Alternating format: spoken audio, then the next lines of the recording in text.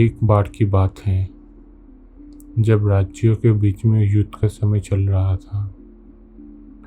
उस समय में फेंग नाम का एक आदमी था जो जी किंगडम में रहता था। वो बहुत गरीब था, तो वो धनी शासक लॉर्ड मिंग के महल में गया।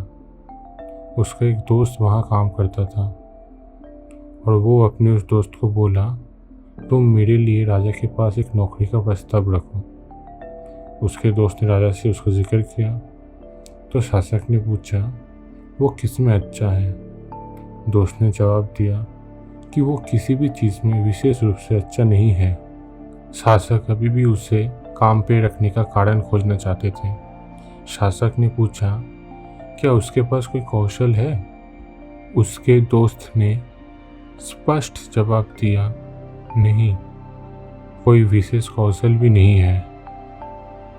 शासक को उसकी ईमानदारी पसंद आई। वो हंसे और बोले, उसे सोने का जगह दे दो और कुछ खाने के लिए भी। इस तरह फेंग शासक का अतिथि बन गया। हजारों लोग शासक के यहाँ काम करते थे। फेंग के साथियों ने जब देखा कि शासक ने उसे उस सम्मान के साथ नहीं रखा तो उन्होंने उसे नीचा दिखाने का प्रयास किया, जबकि शासक उससे बहुत अच्छा व्यवहार करते थे, उससे अच्छा खाना देते थे। उसे शासक का रथ व्यवहार करने की भी अनुमति थी और हर महीने उसे कुछ पैसे दिए जाते थे ताकि वो अपनी बूढ़ी माँ की मदद कर सके। शासक के राज्य में दूर कहीं एक जगह थी जिसका नाम था जियू।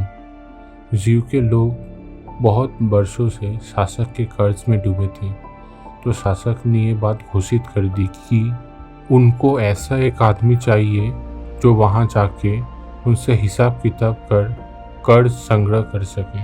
और फेंग आगे आए।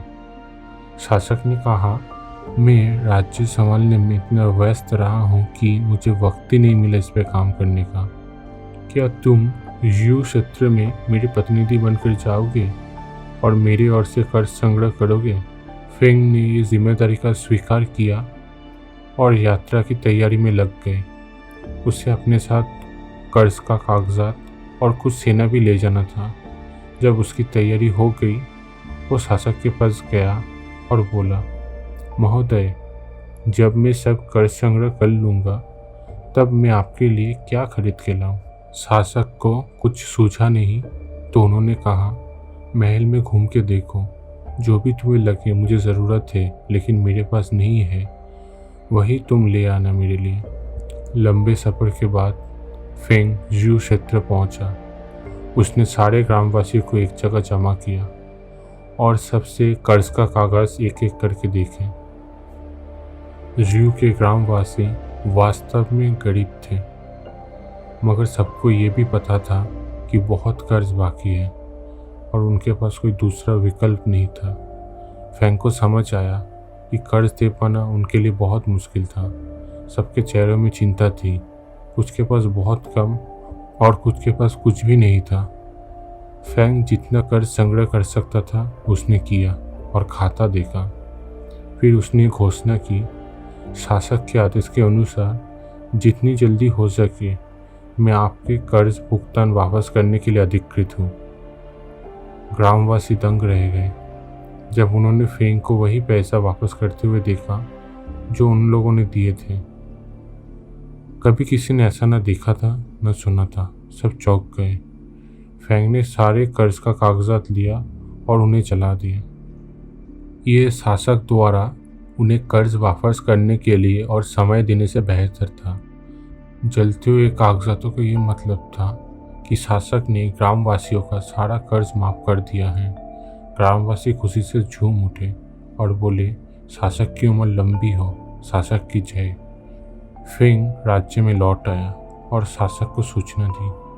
शासक ने आश्चर्य होकर पूछा, तुम इतनी जल्दी कैसे आ गए? क्या तुम्हें कर्ज का भुगतान का पैसा मिल गया? फेंग ने कहा, महोदय, हाँ, मैंने कर्ज का पैसों का भुगतान किया। शासक ने कहा, तुम मेरे लिए क्या खरीद के लाए? फेंग ने कहा, महोदय, आपने मुझसे कहा था कि मैं आपके लिए ऐसी चीज़ खरीद के लाऊं जिसकी आपको सबसे ज़्यादा ज़रूरत है, और मैंने वही किया। मैंने आपके महल को खजाने से भरा देखा। आपके अस्तबल घोड़े से भरे हुए हैं। राजकोष में सब चीज़ है।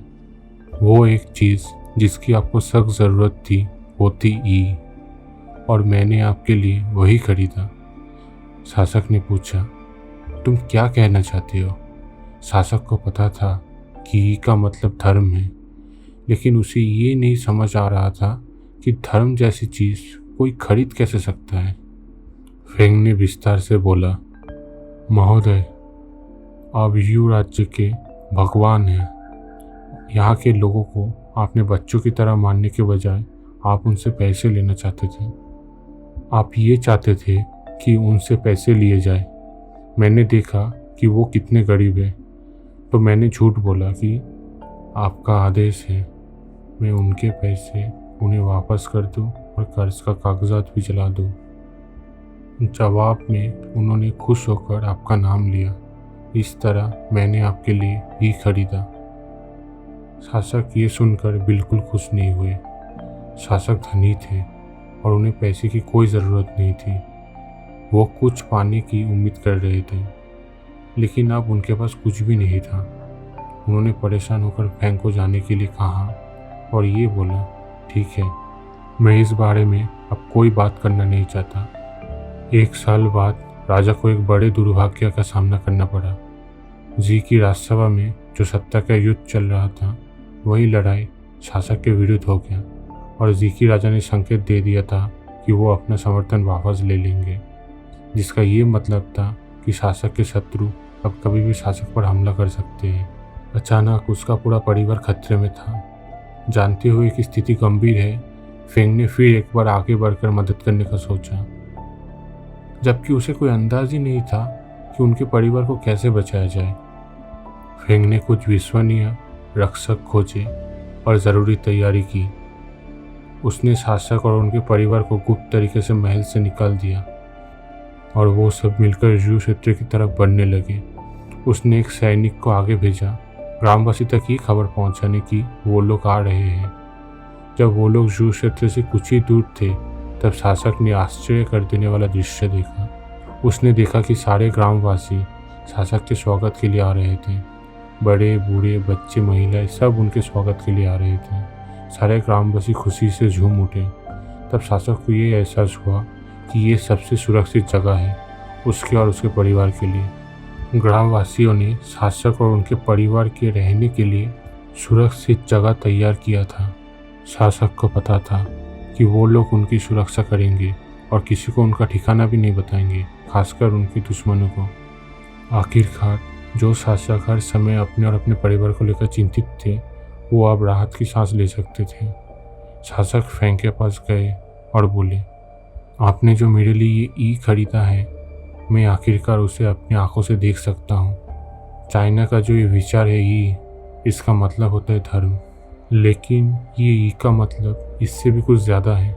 ई सिर्फ धर्म की तरह इशारा नहीं करता, इसका ये भी मतलब होता है कि सही करो, सही रास्ते से, सही कारण से करो।